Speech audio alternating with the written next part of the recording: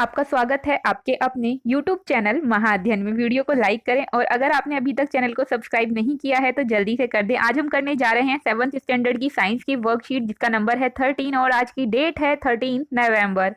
तो आपको याद ही है हम प्लांट्स के बारे में बहुत सारी बातें कर चुके हैं और उसी वे में हम आज बढ़ रहे हैं आगे की तरफ। आपको याद है हमने बात की थी कि प्लांट्स अपने फूड को बनाने के लिए न्यूट्रिशंस लेते हैं और उसके लिए वो सॉइल का भी इस्तेमाल करते हैं। तो आज हम बात कर रहे हैं कि लगातार जो पेड़ पौधे यानी कि प्लांट्स एंड ट्रीज न्यूट्रिशंस लेते हैं सॉइल से, तो सॉइल के अंदर ये न्यूट्रिशंस कम भी तो होते होंगे, तो ये दोबारा से रिप्लेनिश्ड कैसे होते होंगे।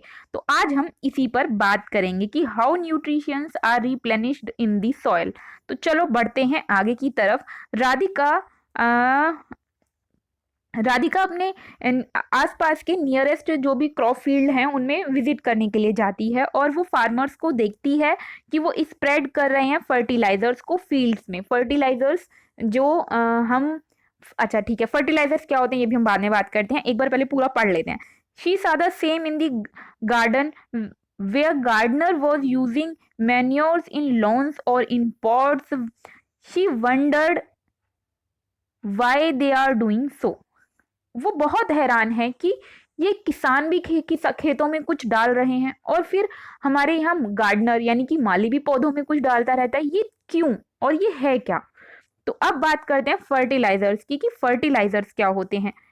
फर्टिलाइजर्स केमिकल सब्सटेंस होता है जो प्लांट्स को न्यूट्रिशंस प्रोवाइड कराता है और उसमें भी स्पेशली नाइट्रोजन, फास्फोरस और पोटेशियम। तो मेन कौन से 3 न्यूट्रिशंस के नाम है यहाँ पर? नाइट्रोजन, फास्फोरस और पोटेशियम। और फर्टिलाइजर की खास बात क्या है कि वो केमिकल सब्सटेंस है, न्यूट्रिएंट्स देता है वो भी प्लांट्स को। अब बात करें मैन्योर्स की। मैन्योर्स भी प्लांट्स को न्यूट्रिएंट्स देता है लेकिन ये ऑर्गेनिक सब्सटेंस है। ऑर्गेनिक सब्सटेंस और बनता किन चीजों से है?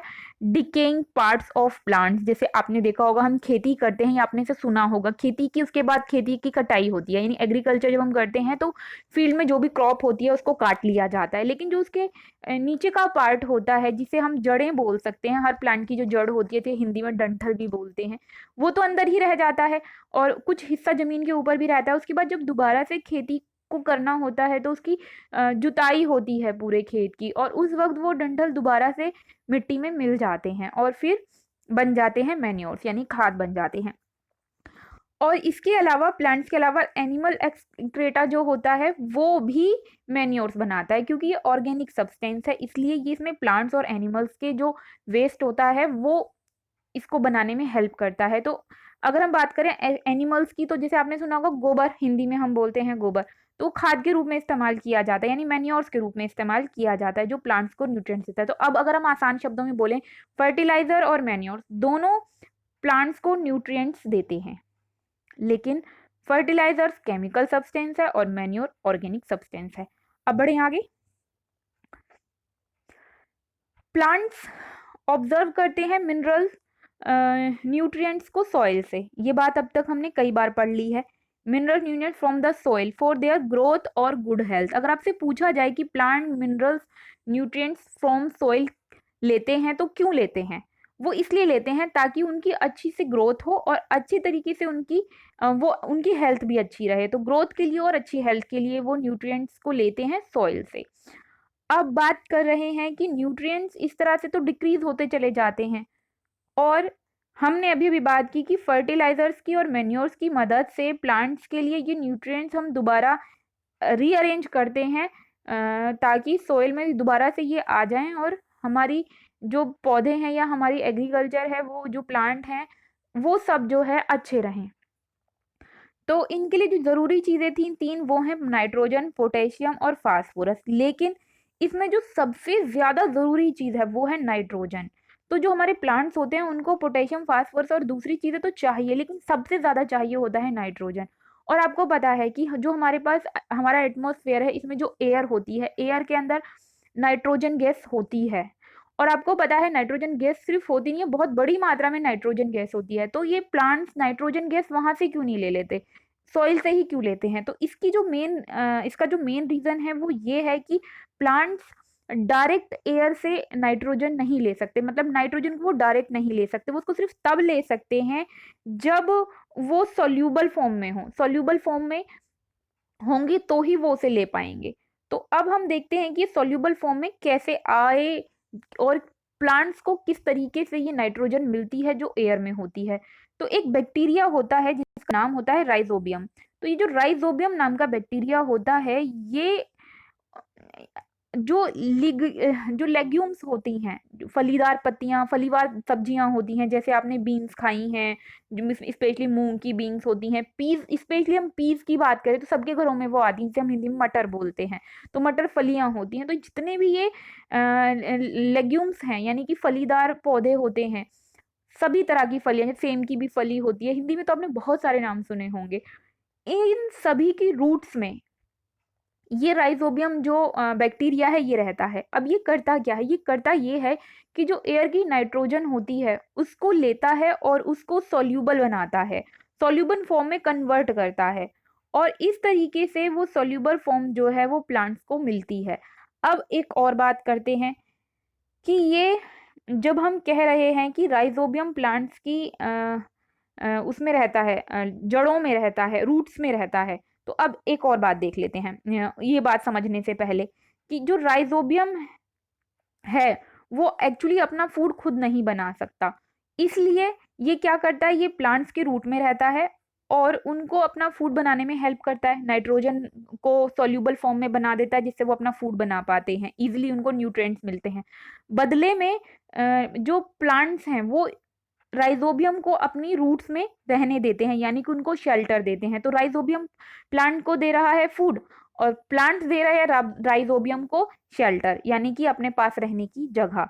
इस तरीके से ये जो सिचुएशन है, जो रिलेशन है, इस रिलेशन को बोलते हैं सिम्बायोटिक रिलेशनशिप।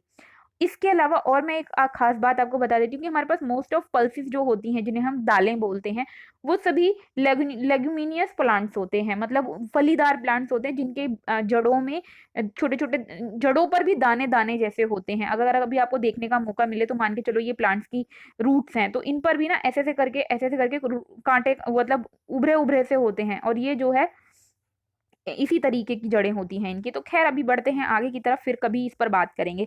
तो अगर हम सिम्बायोटिक रिलेशनशिप की डेफिनेशन की बात करें तो वो क्या होगी, तो सिम्बायोटिक रिलेशनशिप की डेफिनेशन यहाँ पर दी गई है, the relationship between two organisms in which both both get mutual benefits, वो आपस में एक दूसरे को बेनिफिट्स पहुंचाते हैं।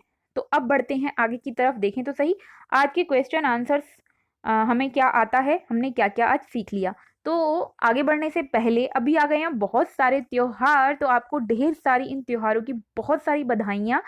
आपको धनतेरस की, छोटी दिवाली की, बड़ी दिवाली की, गोवर्धन पूजा की और साथ में भैया दूज की बहुत सारी शुभकामनाएं।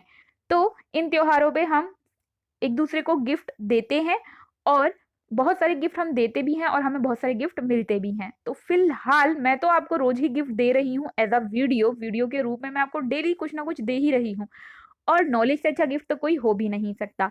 लेकिन आज मैं आपसे छोटी सी रिक्वेस्ट, यानी कि एक छोटा सा गिफ्ट चाहती हूँ, और गिफ्ट सिर्फ इतना ही है कि आप में से जिन्होंने भी सब्सक्राइब नहीं किया है अभी तक चैनल को, तो प्लीज़ दिवाली गिफ्ट के तौर पर ही सही एक सब्सक्राइब ही तो करना है, कर दीजिए। आपकी वीडियो के नीचे आ रहा है एक रेड कलर का निशान जिस पर सब्सक्राइब लिखा हुआ है, अगर आप उसे क्लिक करेंगे तो चैनल सब्सक्राइब हो जाएगा, वो रेड कलर चेंज हो जाएगा, कलर चेंज हो गया मतलब चैनल सब्सक्राइब हो गया है। चैनल को सिर्फ एक ही बार सब्सक्राइब करना होता है, तो प्लीज चैनल को सब्सक्राइब कर दीजिए। और अब बढ़ते हैं आगे।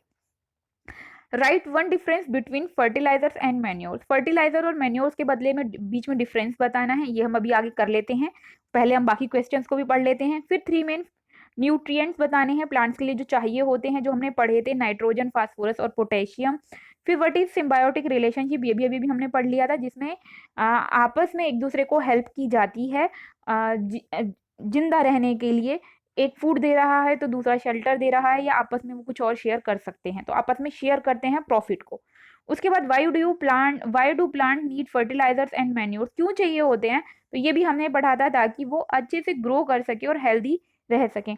तो सबसे पहले आंसर हमने बता दिया है फर्टिलाइज और मैन्योर्स क्या होते हैं। तो ये फर्टिलाइजर्स और ये मैन्योर, ये मैंने पूरा आपके लिए यहाँ पे लिख दिया है, या फिर आपके लिए लगा दिया है इसका आंसर, आप यहाँ से लिख लीजिए। सेकेंड इन्होंने जो पूछा है फिलअप, वो आप यहाँ से कर दीजिए इन तीनों को भरकर पूरा। अब बढ़ते हैं थर्ड क्वेश्चन के आंसर की तरफ। तो थर्ड क्वेश्चन का आंसर भी ये रहा, सिम्बायोटिक रिलेशनशिप। यहाँ से आप डेफिनेशन लिख लीजिए जो मैंने आपको बताया था कि टू ऑर्गेनिज्म जो आपस में एक दूसरे को म्यूचुअली बेनिफिट्स पहुंचाते हैं। अब fourth, plants need fertilisers and manures for their growth and good health. तो ये थे आज के क्वेश्चन आंसर्स जो हो गए हैं पूरे। आज की प्यारी सी वर्कशीट बहुत सारी नॉलेज के साथ पूरी हो गई है।